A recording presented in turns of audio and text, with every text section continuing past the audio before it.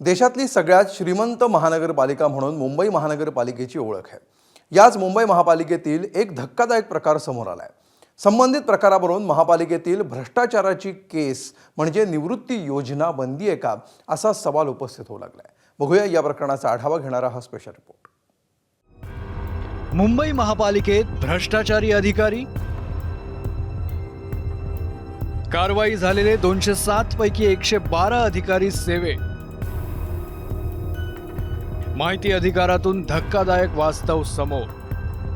मुंबई महापालिका देशातलीच नव्हे तर संपूर्ण आशिया खंडातील श्रीमंत महापालिका अशी या महापालिकेची ओळख आहे। मात्र याच पालिकेतील अधिकाऱ्यांबाबत एक धक्कादायक आकडेवारी समोर आली आहे। माहिती अधिकारातून मिळालेल्या आकडेवारीनुसार भ्रष्टाचाराच्या प्रकरणात सापडलेल्या 207 अधिकाऱ्यांपैकी तब्बल 112 जण आजही सेवेत आहेत।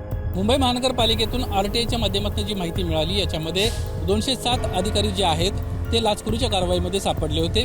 याच्यातील केवळ 27 अधिकारी निलंबित करण्यात आले।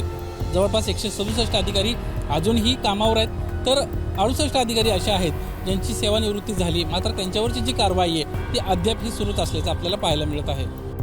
या सगळ्या प्रकरणामुळे मुंबई महापालिकेतील कारभारावर प्रश्नचिन्ह निर्माण झालंय।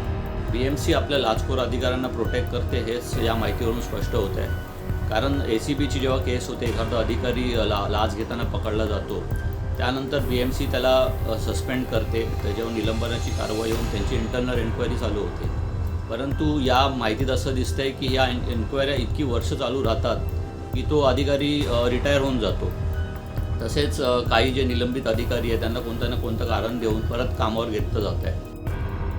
या अधिकाऱ्यांवर कारवाई करण्याचा वेग इतका संथ आहे की 2005 साली ज्या अधिकाऱ्याला लाचखोरी प्रकरणात कारवाईला सामोरं जावं लागलं होतं त्याचा निकाल 21 वर्ष उलटले तरी लागलेला नाही। इतका कालावधी उलटूनही कारवाई होत नसेल तर कायद्याचा धाक कुठे असा सवाल उपस्थित होतोय। या लाचखोर अधिकाऱ्यांमध्ये 33 उपअभियंते, 13 सहाय्यक अभियंते तर 13 कनिष्ठ अभियंत्यांचा समावेश आहे। हा भ्रष्टाचार फक्त अधिकाऱ्यांपुरता मर्यादित नाहीये, तर तो चतुर्थ श्रेणीतील कर्मचाऱ्यांपर्यंत मुरलाय। चतुर्थ श्रेणीमधले 48 स्वच्छता कामगार, 24 मजूर, 6 मुकादम आणि 6 शिपाई यांच्यावर कारवाई झालेली आहे। मात्र त्यानंतर कारवाई न होण्याची कारणं काय? तर सक्षम प्राधिकरण मंजुरी देत नाही तोपर्यंत कोर्टात सुनावणी होऊ शकत नाही। त्यामुळे प्रशासकीय विलंबाचा थेट फायदा आरोपींना होत असल्याचं समोर आलंय।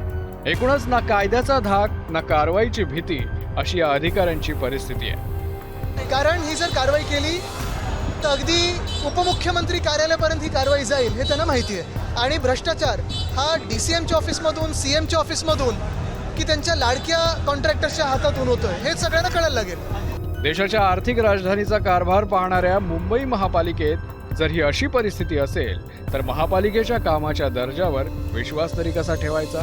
निलेश बुधावले, ABP माझा, मुंबई।